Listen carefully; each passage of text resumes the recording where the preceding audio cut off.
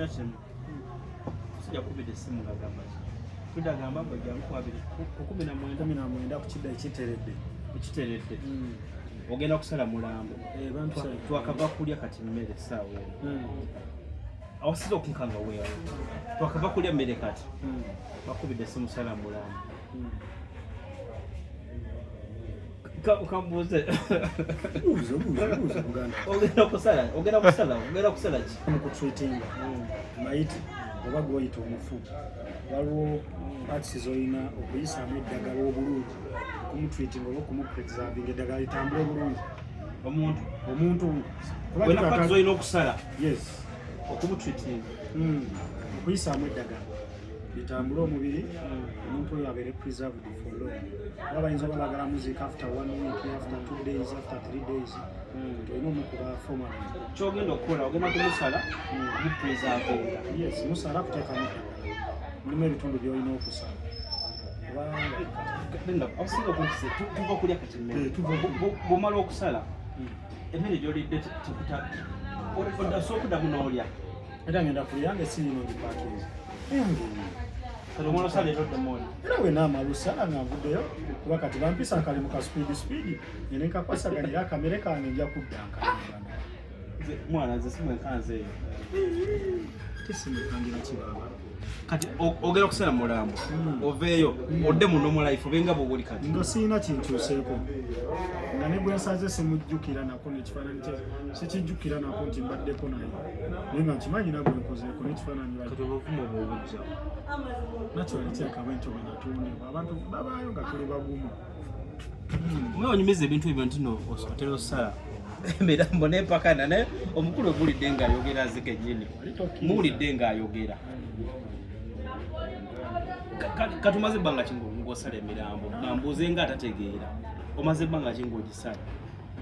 oba ng'ogitreatinga eziza emyaka 6 ntreatinga maiti 6 naye bwe ndaba omwana omuto kuba gwe tukuze nkula wano ku bwombo kuno otandika dda wabiyiga otya bakusomesa kale zobinyumiza nga ndowooza muzannyo babikusomesa wabiyiga otya okutreatinga omuntu kyamu ebintu bibiri byanjawulo abantu bye batanga okutreatinga n'okukola autopsy byanjawulo autopsy zikolebwa mulambo specific treating omuntu yena asobola ogikola yes osobola ogikola ngo bakuyigiriza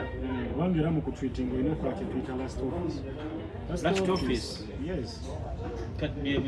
last office ng'omuntu amaze okufa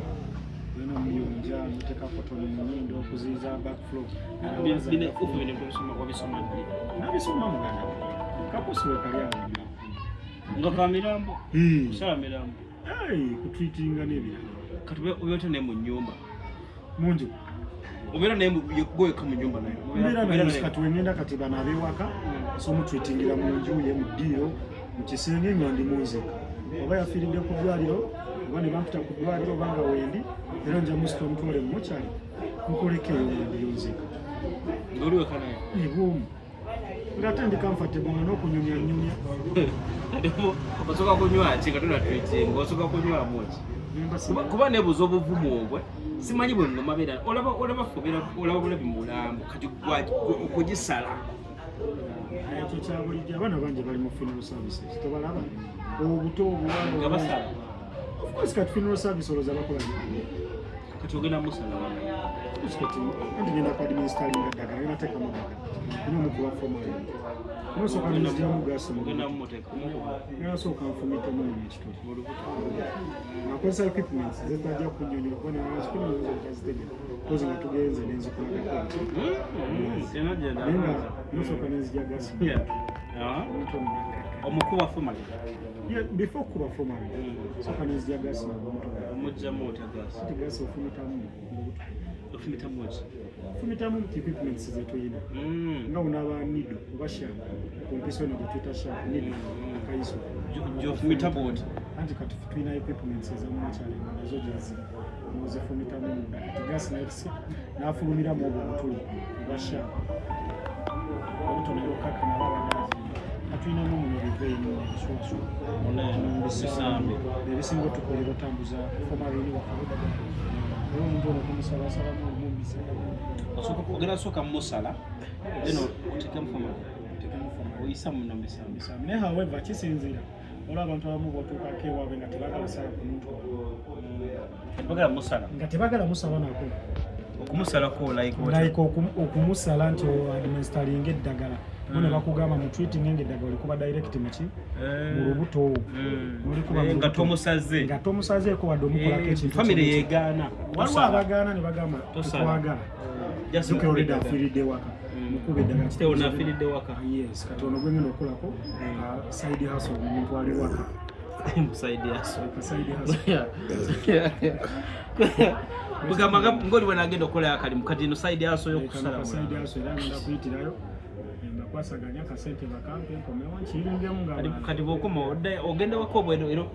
odda mu normal life ngabo nzizira mu normal life ebintu bya bulijjo setaga kudda wantu tofunamu kutya nti kwekanga nemekanga waliwo ankazi abo wembaza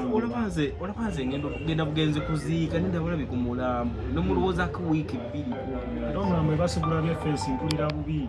manjagala nengulaba nekakasa nti ngulabyawo nena nga ndimukakamu yakyowa tekategambe omulambo ena ogubikula n'ogwetegereza omuntu nomuga hey my brother ogenza oli muto kale kyewonyesa naye nga kyekyo olyega mazima